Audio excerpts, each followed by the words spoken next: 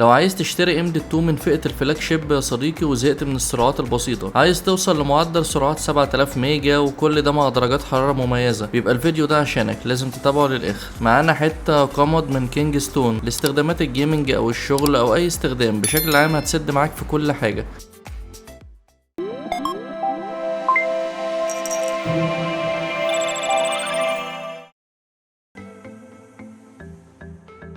فيوري رينيجيد بيجي بفورم فاكتور 2280 وده الحجم المعتاد لاغلب الام دي 2 العادي، 2.5 عرض في 8 سم طول تقريبا.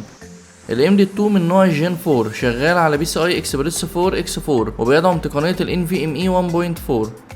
حسب مواصفات الشركه السرعه بتوصل لمعدل من 7000 ل 7300 ميجا في القرايه والكتابه. الام دي 2 بينزل منه نسختين، واحده بدون هيت سينك عليها مجرد ستيكر بسيط كده، والتانية بهيت سينك احترافي مميز وده اللي هنجربه النهارده. معانا شريحه 3 دي ناند 176 لاير من نوع تي ال سي والكنترولر من شركه فايزون بالموديل الظاهر على الشاشه. معانا 2 جيجا دي رام من نوع دي دي ار 4 ودي نقطه قوه كبيره بتعزز الاداء والعمر الافتراضي. الام دي 2 فيه خاصيه اس ال سي كاش ودي بتخلي الكنترولر يتعامل مع الشريحه على انها اس ال سي بشكل افتراضي. كمان معانا اي سي سي اللي هو تصليح الاخطاء التلقائي، كل دي خصائص بتحسن الاداء وبتدي سرعه واستقرار بشكل عام. الام دي 2 بيجي بدعم كامل للتشغيل على البلاي ستيشن 5، هتقدر تستخدمه على الكونسول بجانب الكمبيوتر.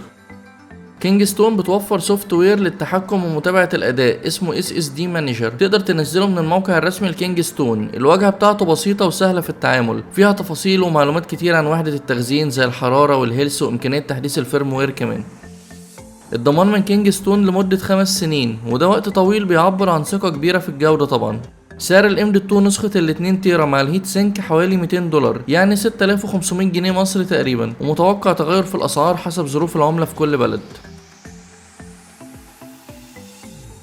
التجربة كانت في حرارة الغرفة العادية بدون أي تكييف، وجهاز التجربة بتاعنا بالمواصفات الظاهرة على الشاشة. أثناء تجربتنا للام دي 2 تحت ضغط وفي أكتر من اختبار وصلنا لمعدل السرعات المعلن عنه على الموقع الرسمي من 6000 ل 7000 ميجا في القراية والكتابة، كل ده بشكل مستقر وأداء ثابت جدا. والحرارة تحت أعلى ضغط وصلت من 55 ل 60 درجة، وفي الوضع الطبيعي كانت من 35 ل 40 درجة.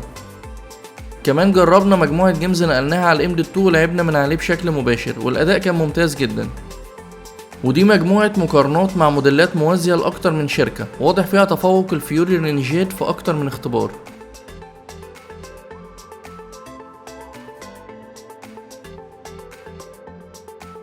الهيت سينك قدم أداء كويس جدا وبصراحة نقطة قوة كبيرة أوي للام دي 2.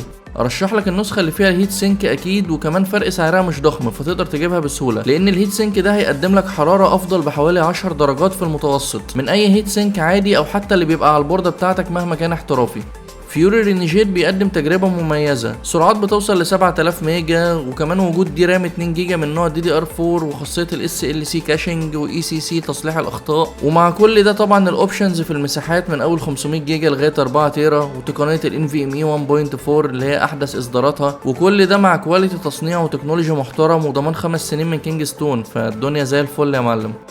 لو بتدور على وحدة تخزين من نوع الجين 4 بأحدث تقنيات التشغيل وكمان سرعتها تبقى عالية، أرشح لك الفيوري رينيجيد من كينج ستون، لازم تخليه في أولوياتك.